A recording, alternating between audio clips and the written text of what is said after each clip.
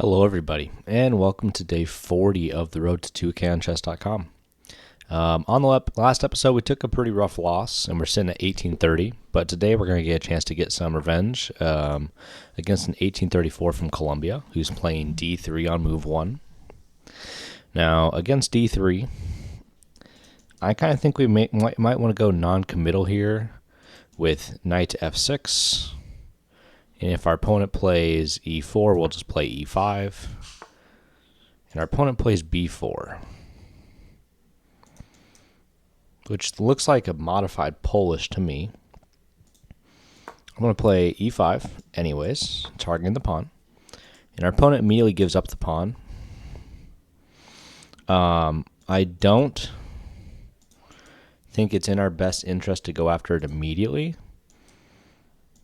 We do have check, and if c3, I guess we can just come on back. I mean, this looks like a Polish of some kind. So let's play here. Bishop captures b4, check. The bishop now no longer sees this, so we don't have to worry about that as much in the present moment.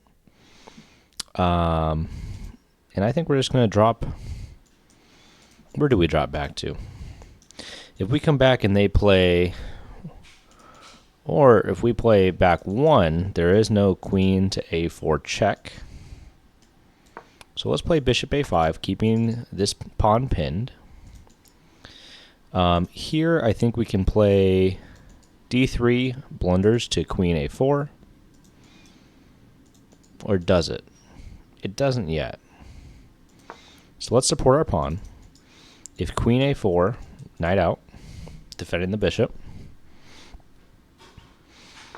I really had to do a quick blunder check there to make sure I didn't miss something. Here, I want to castle, get our king out of the center. The knight comes out. So I'm thinking knight to c6. Our opponent castles. Maybe here we play h6. And then we'll play bishop e6 and queen out. Opponent develops the knight. Bishop to e6, just gaining on a strong diagonal. And actually, do we ever consider a queen to e7 instead? I think we might.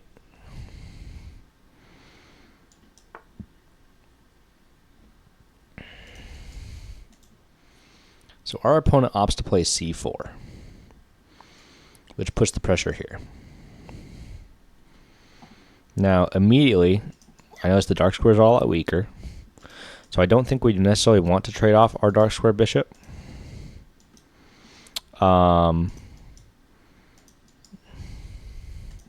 We could come in and attack this pawn, but that doesn't do anything. Knight in here, takes, doesn't do anything.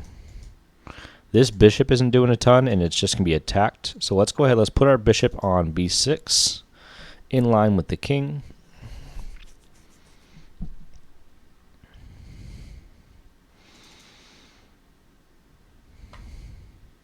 And we haven't really faced a...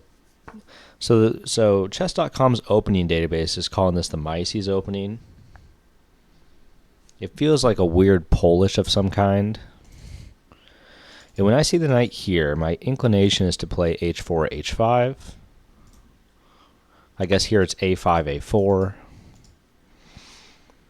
But knights on b3, knights on g3, on g6 and h6 all stress me out a little bit. So let's push again.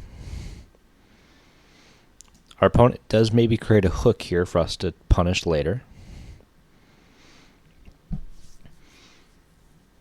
And there is an idea here of knight to h5 and to play knight to g3. But ideally, I'd like to back that up with some more power.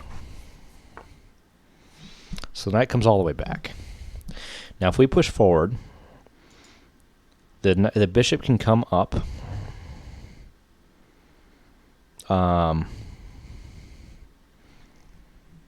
And we're not actually attacking it yet.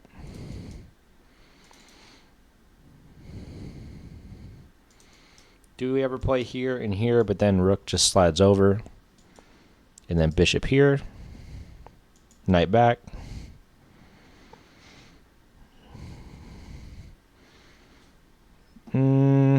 It's getting close. I think there might be an argument for playing queen to d7. Just piling more pressure on this pawn. And our opponent moves over 1. So, how do we want to go after this? We could play knight h5. If knight comes in, we play this intermezzo.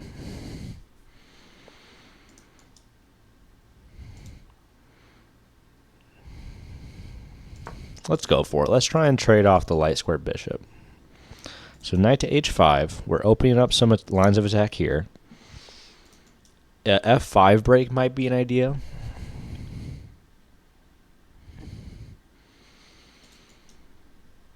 I'm not super convinced, but it's definitely an idea. But I think we're actually playing okay here.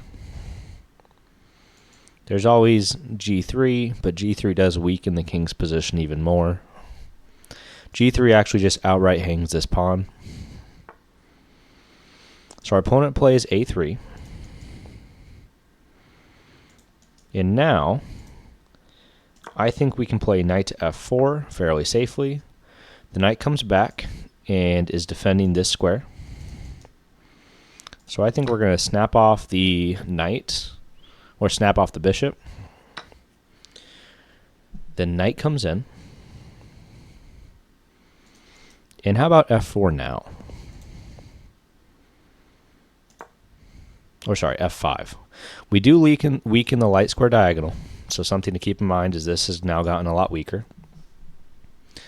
But I don't know if it's the easiest to exploit for our opponent. The dark square bishop is going to become pretty strong if they ever get a break. And if they don't take us, I do wonder if we push. They do take. Now bishop takes, attacks this pawn. Rook takes allows us to get the second pawn in, but then this pawn hangs in the corner. But then our opponent does hang this. So I think we're going to go ahead. If we take with the rook, knight in, and we just snap this pawn off, I think we're going to go for that. Rook captures f5.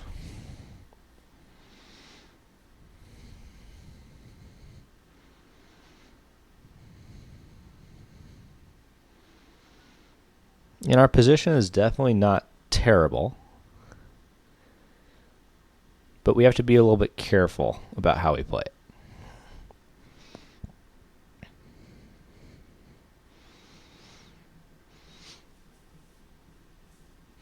But lots of dynamics. So our opponent plays this, which weakens their position even further.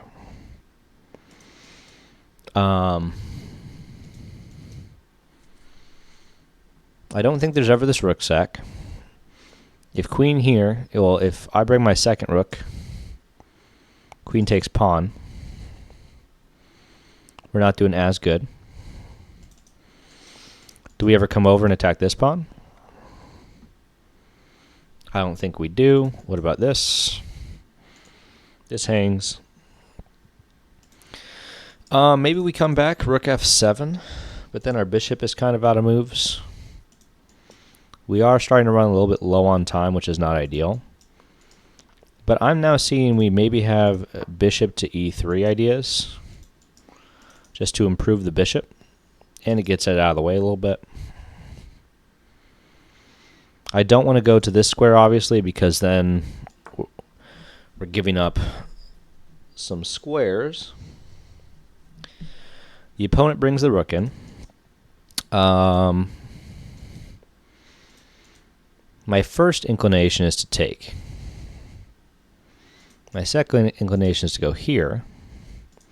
But if rook over, bishop here, well, if rook and the bishop come and the knight comes here, What are we doing?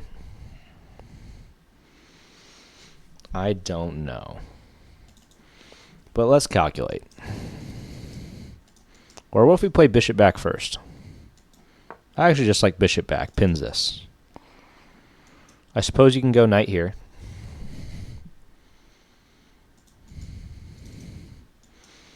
Knight here, rook over. Or rook over here, actually. The queen comes over to defend. I mean, that's just an outright fork. If I come here, knight comes here. If I come all the way over, bishop takes.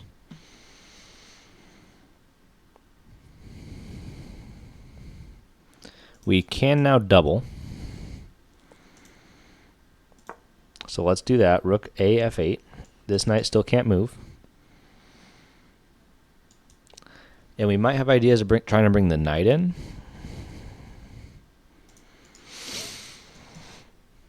But a little bit of a tricky position. I'm just not entirely sure what we're playing for.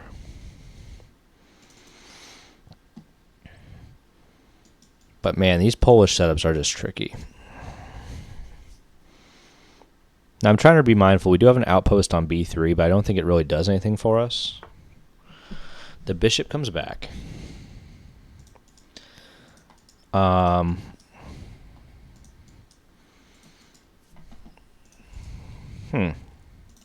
If bishop back, what if I go here? What if I go rook over, bishop takes, pawn takes, knight here?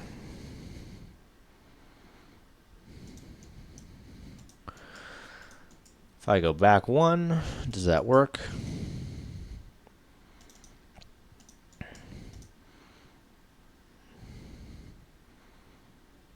So maybe we'll just bring the rook back one square. And if takes, takes. The knight's under attack. I assume it's probably going to slide over. And now maybe we play rook to g6.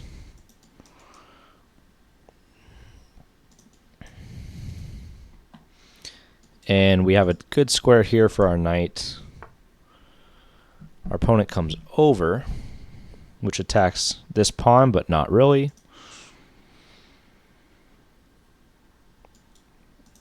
Do we have this first?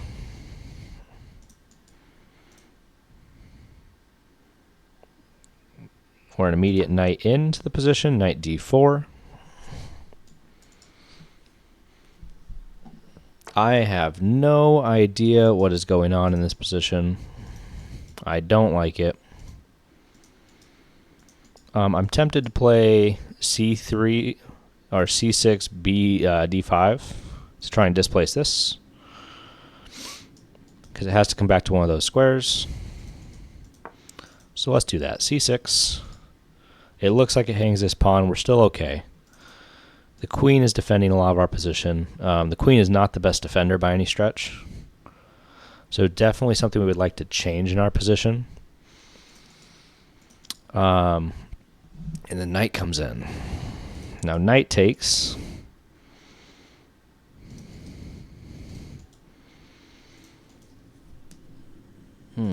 This almost works. If we go rook here,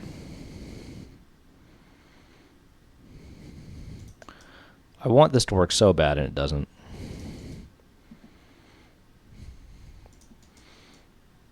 So let's come back a square. Let's tempo the queen. We did just hang this pawn.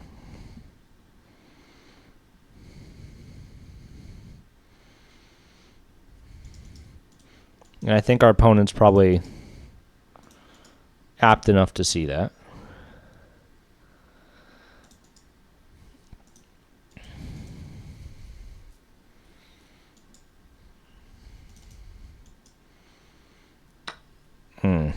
Okay.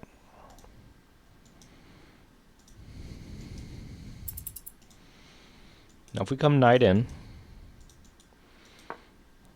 I think that works for us. We're going to take that. And now our opponent is going to play much faster. So we have 53 seconds. So we're going to lock in, try and win this. Not a very clean position. But we're going to work on some pre-moves, just playing fast, playing efficient moves.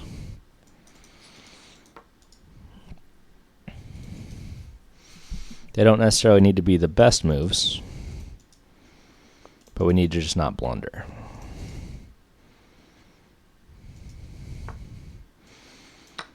Let's go there.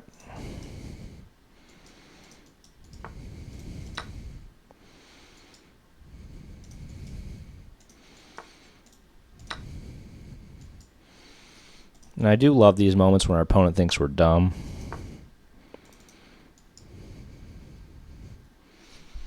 Or it's tough to not feel that way anyways.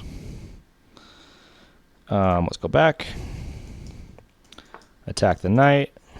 Attack the knight again.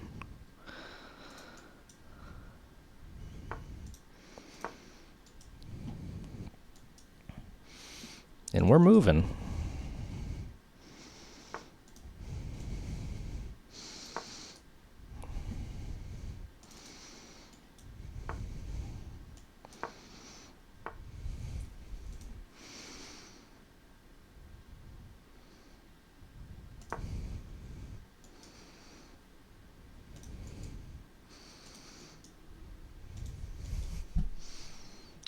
Very interesting. Let's go here. It's a pseudo fork. But my idea is actually rook takes. We have the pawns.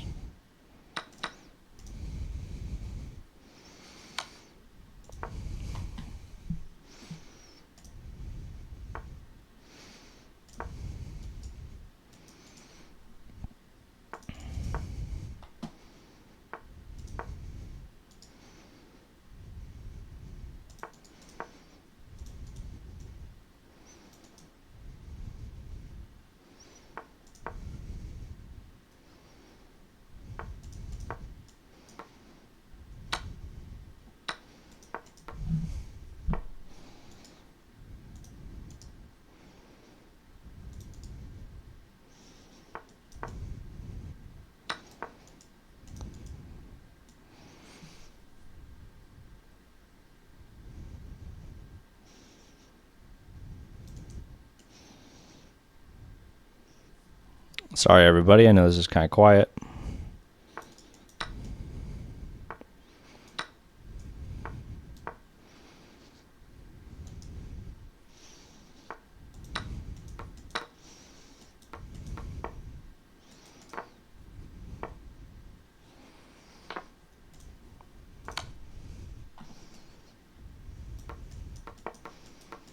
And we can pre-move the rest of this pretty safely.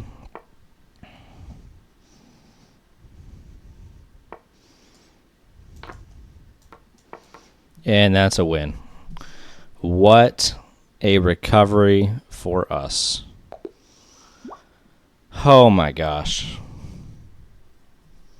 So let's look at the game review and see how we did.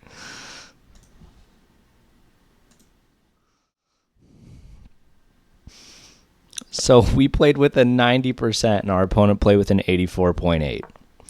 I don't know what their opening was. We tried to punish. We took a free pawn. And we just tried to play solid today.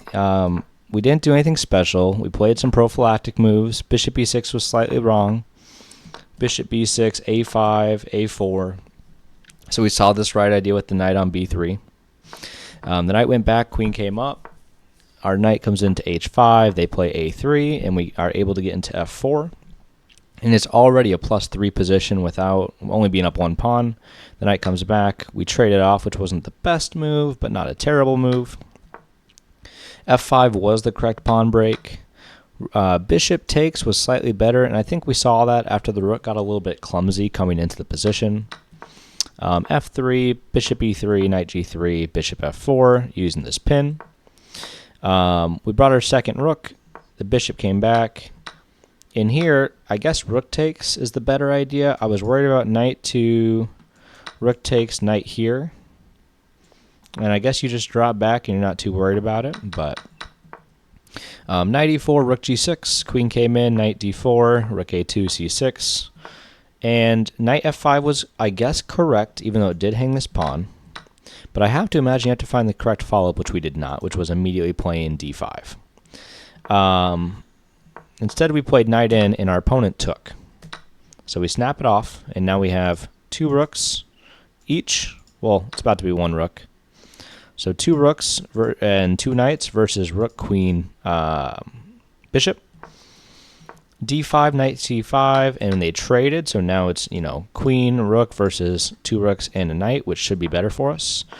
The knight comes in, and here we had 48 seconds left to play the remainder of this game, and we still have another 40 moves to go. So we took a pawn. Our opponent played very, very sloppily. We were able to consolidate, get into the position, push our pawn, and we saw this tactic here with queen e2, where after rook fe1, we sacrifice our queen to get into this endgame where we are up 2 pawns versus 3 with a rook each. Now, with 23 seconds on our clock, is trading into a rook endgame the best choice? Probably not. But after all this, we managed to just push our pawn. Our opponent allowed it. We pre-captured or recapture. Got our king active. Won these pawns. And although our opponent tried to be a little bit tricky, they should have gone for this because, as we see on the channel, us and quick queen mates are not our strength. But queen h1 or h1 equals queen protects the pawn. We bring it back to force the king away. And here, with no time, we pre-moved every single one of these. I could technically go straight down, and if the king comes over, we have this. The safer move that I had pre-moved was actually rook to d1, because regardless of what you do, the rook will come in, and we have this. We can pre-move the entire thing, and that is mate. So, chess.com, I know it's right below here, right below my face, says that we played with it at 2350, and our opponent played at 2100. I can't believe we held on in that time pressure, so I hope you guys enjoyed. Let me know in the comments down below. If you enjoyed this video, give me a like, and if you haven't already, check above, make sure you're subscribed to the channel for future videos, and I will see you guys on the next day.